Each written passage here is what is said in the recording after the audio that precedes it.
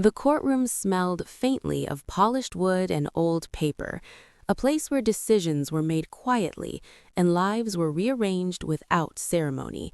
Sunlight filtered through tall windows, landing in pale rectangles on the floor. At the center of it all sat Marcus Hale, composed, confident, already victorious in his own mind. He didn't look at his wife. Not once. Marcus had perfected the posture of a man who had nothing to lose and everything to gain. His tailored suit rested effortlessly on his shoulders. His hands were relaxed, folded loosely as if he were waiting for a delayed flight, not the legal erasure of a woman he had spent 14 years dismantling. Across the aisle, Elena Hale sat alone. No entourage, no whispered consultations, no legal theater. Just her, a straight-backed chair, and a slim, weathered folder resting on her lap. It was old. The edges had softened with time. The clasp was scratched, dulled from years of being opened and closed by careful hands. She kept one palm over it, as though it might drift away if she didn't. Elena's eyes stayed forward. She had learned long ago that meeting Marcus's gaze only fed him. The judge cleared his throat, adjusting his glasses as he reviewed the final submissions. The case had moved quickly, too quickly. The numbers had aligned, the paperwork had flowed smoothly, and the narrative had already been written by better-funded attorneys and sharper suits. Marcus had made sure of that. He had stripped Elena of access before she even realized the doors were closing, accounts frozen under technicalities, properties transferred under obscure clauses, business holdings rerouted through shell entities bearing names she didn't recognize anymore. Each move had been legal, clean, invisible. That was Marcus's gift. He didn't break rules, he hollowed them out. He leaned toward his attorney, murmuring something that drew a small, satisfied smile. They had rehearsed this ending. The judge would speak. The assets would be allocated. Elena would leave with what the law allowed her to have, which was almost nothing. And Marcus would walk away lighter. The judge began to speak. Given the evidence presented, the court finds... Marcus shifted slightly, already anticipating the weightless relief of finality. Elena remained still. She remembered the first time Marcus had told her she was lucky to have him. They had been standing in a narrow kitchen years ago, when success was still a rumor and hunger had sharpened every word. He had said it gently then, as advice. Later, it became instruction. Over the years, he had taught her silence. He corrected her speech in public, praised her compliance in private, and reminded her that stability came from obedience.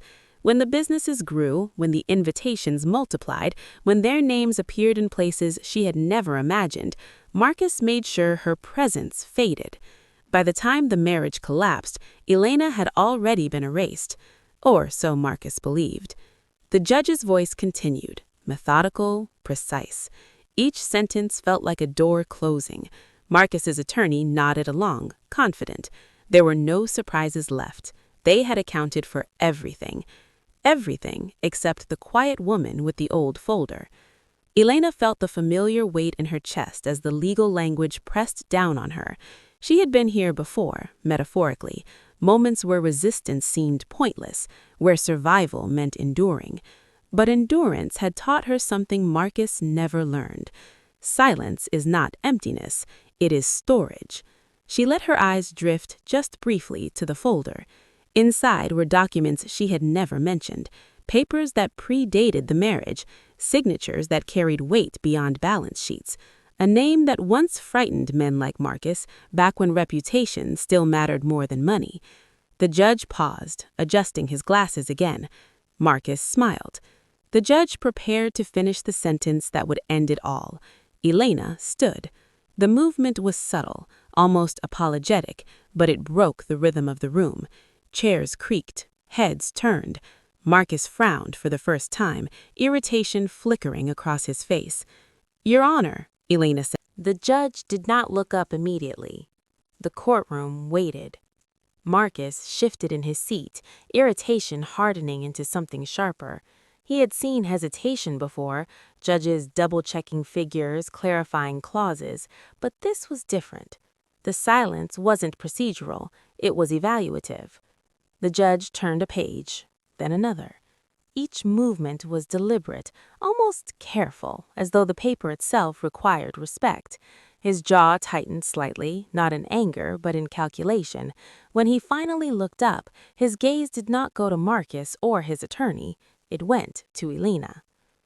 "Mrs. Hale," the judge said, slowly, "where did you obtain this?" Elena did not sit. She stood straight, hands folded in front of her, voice even. "It has always been mine, Your Honor." Marcus let out a dry laugh. "Your Honor, with respect, this is a divorce proceeding, not a history lesson." The judge raised one finger. Marcus stopped speaking. That alone sent a ripple through the room. Marcus had built his life on momentum, on talking faster, louder, longer than anyone else. Being silenced with a gesture felt unfamiliar, uncomfortable. The judge adjusted his glasses again. "This document predates the marriage by 6 years," he said, "and it names an entity that has not been disclosed in any filing before this court." Marcus's attorney leaned forward, brows knitting.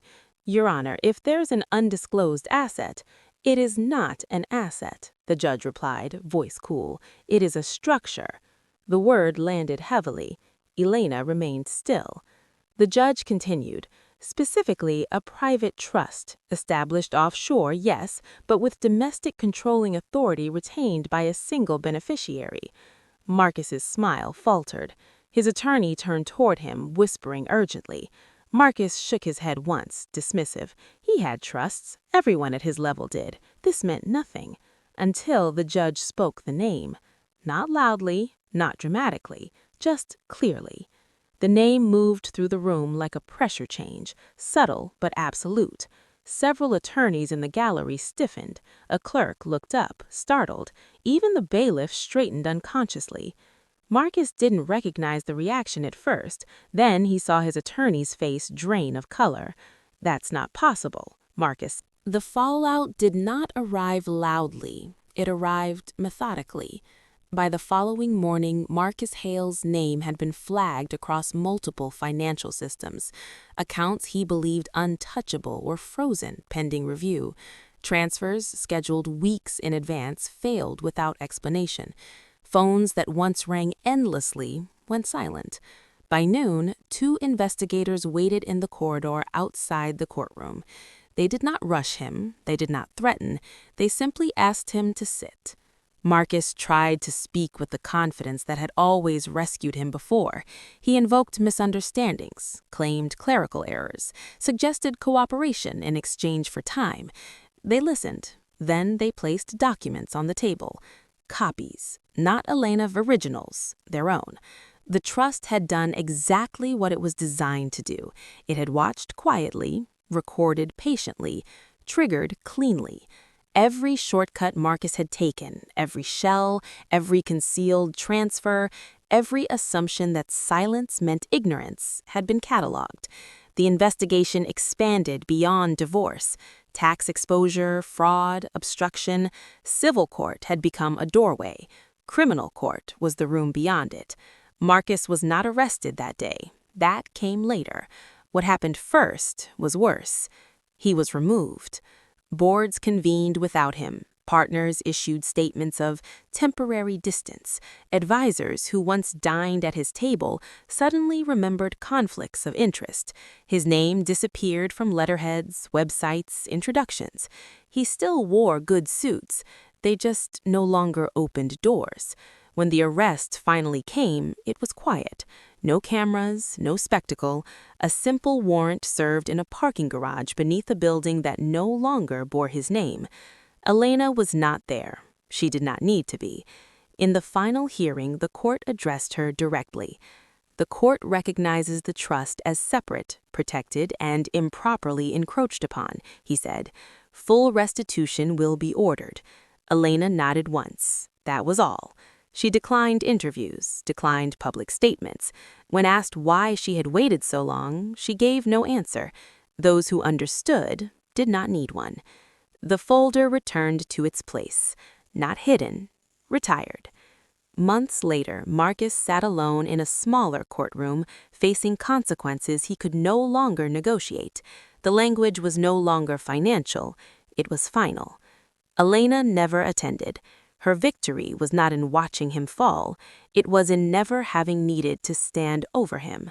The lesson did not spread loudly, but it spread completely. Power that relies on silence mistakes patience for weakness, and foundations built on arrogance collapse the moment truth speaks its name. The collapse did not arrive with noise. It arrived with notifications. Accounts flagged, transfers halted, authorizations revoked. The systems Julian trusted more than people began rejecting him without explanation. By the time his phone stopped vibrating, he already understood what that silence meant. Evelyn had not taken anything. She had reclaimed it. Within 48 hours, auditors requested records Julian could not immediately produce. The structures he had layered for efficiency now demanded transparency. Each shortcut he had taken revealed another thread that led back to him. The investigation widened, not because of Evelyn's actions, but because of Julian's past choices. Deferred filings, aggressive valuations, internal memos written with the confidence that no one would ever read them aloud. Now they were being read carefully. Julian met with lawyers who spoke differently than before. Less assurance, more caution. Words like exposure and escalation replaced certainty. He tried to negotiate time. Time, he learned, was no longer his. When the formal notice arrived, it was brief. Assets frozen pending review. Travel restricted. Cooperation required. Criminal proceedings followed quietly. There were no cameras when Julian was escorted from his office building for the last time. No audience when his board voted unanimously to remove him. No sympathy when partners distanced themselves with statements drafted by people who once praised his leadership. The courtroom returned weeks later for the final ruling. Evelyn entered alone again.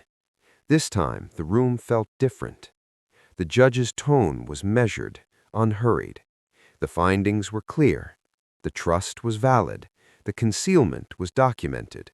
The attempt to erase it through marital dissolution had failed. Full control was restored. Julian did not look at Evelyn. He stared at the table in front of him, hands folded tightly, posture diminished.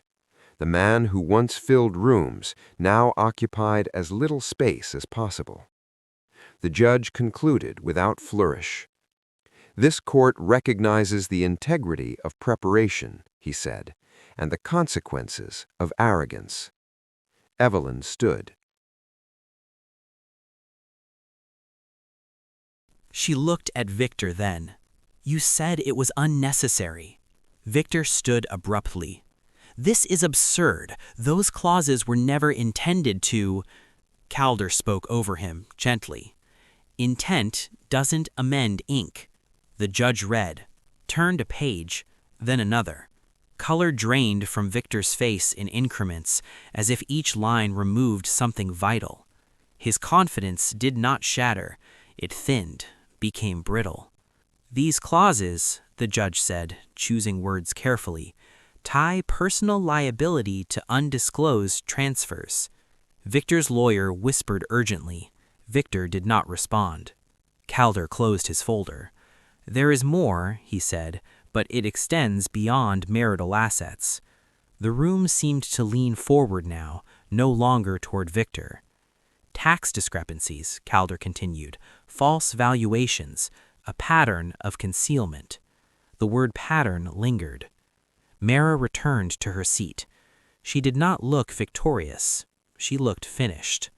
The judge called a recess, voice firmer than before. Court officers moved closer, subtle but unmistakable. Victor remained standing, hands braced on the table, eyes fixed on the folder now in the judge's hands, the object he had dismissed for years. Paper, ink, formalities, Appearances he had assumed could never outweigh foundation. As the room cleared, Calder paused beside Mara. "You were precise," he said quietly. She nodded once. Outside the courtroom, a phone rang, then another. The machinery Victor had built began to turn in directions he no longer controlled. Inside, the judge sat alone with the documents, reading until the last line. Then she closed the folder and reached for the phone. Yes, Your Honor. And Crown Holdings East is owned by a parent company, the attorney said quickly. The judge's eyes lifted, which was never disclosed to the beneficiary. Silence. Rebecca Lynn stood now. The parent company, she said, was created 3 weeks before the first agreement Miss Hale signed. Its sole purpose was to obscure beneficial control. She placed a document on the bench. This shows internal correspondence acknowledging that disclosure would complicate consent. Elias stood abruptly. "This is outrageous." The judge did not look at him. "Mr. Crown," he said, "you will remain seated." Elias remained standing. The judge turned slowly then, eyes finally meeting his. "Sit," he repeated. Elias sat. The judge exhaled once, controlled. "This court does not appreciate being used to launder bad faith." He turned back to Mara. "Ms. Hale, you appear without counsel, yet you arrive with evidence most represented parties never find." Mara spoke softly. "My father believed paperwork outlives people," he said. "He taught me where to look." The judge nodded. "It appears he also taught you when to wait." Elias felt something unfamiliar tighten in his chest. The judge continued, "The court will not rule on summary judgment today." A pause. "Instead," he said, "the court refers this matter for review of potential fraud, misrepresentation, and conspiracy to conceal beneficial ownership." The word conspiracy landed like a crack through stone. Elias's attorney stood again, voice strained. "Your Honor." "Enough," the judge said. He closed the folder. Outside, sirens passed distantly, unrelated, but the sound threaded through the room like omen. Elias looked again at the envelope. At Mara. For the first time, he understood something had been built beneath him while he was admiring the height of his own position, and he could not see the bottom. The folder was archived, still intact, because power, she learned, is loud, but truth only needs to be documented once, and arrogance, given enough room, always signs its own ending.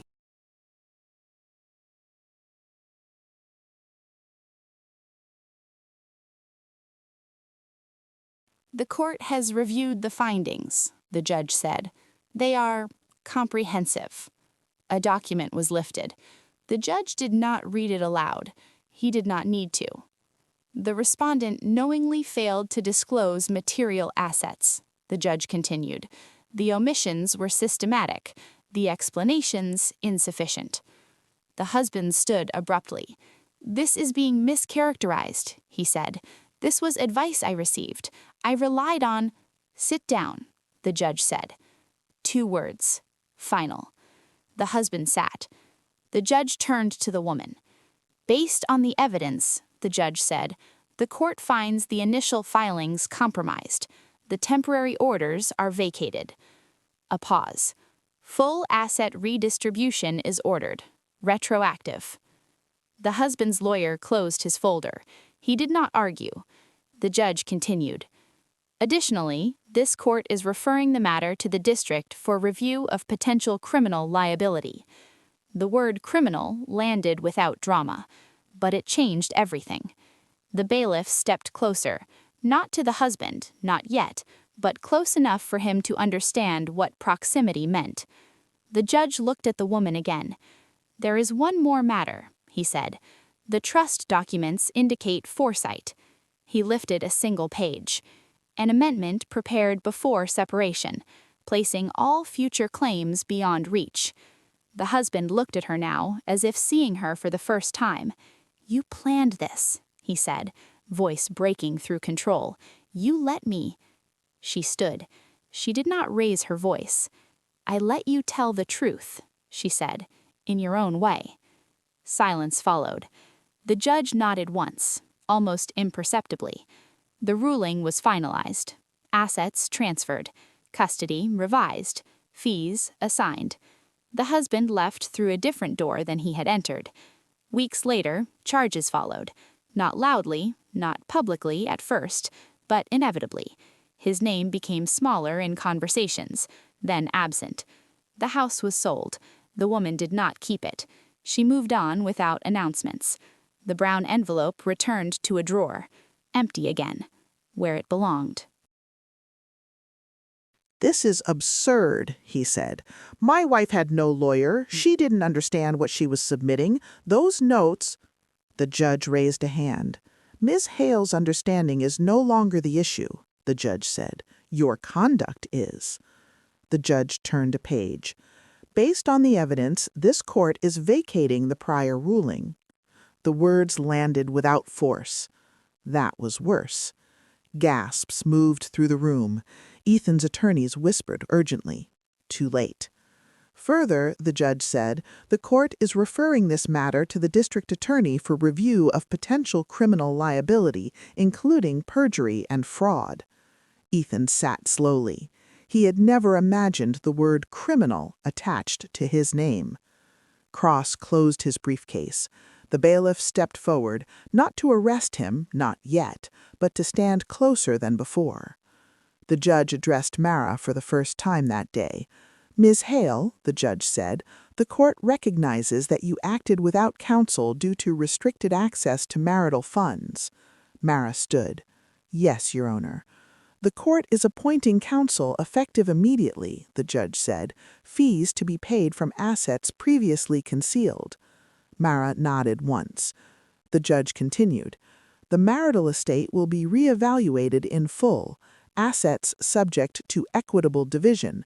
Temporary control of the residence and accounts is granted to Ms. Hale." Ethan looked at her then. For the first time, his face showed something unguarded.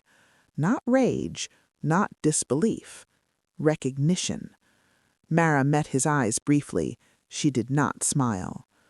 When the hearing ended, the room stayed seated. No one rushed to congratulate Ethan. No one followed him out. He left alone.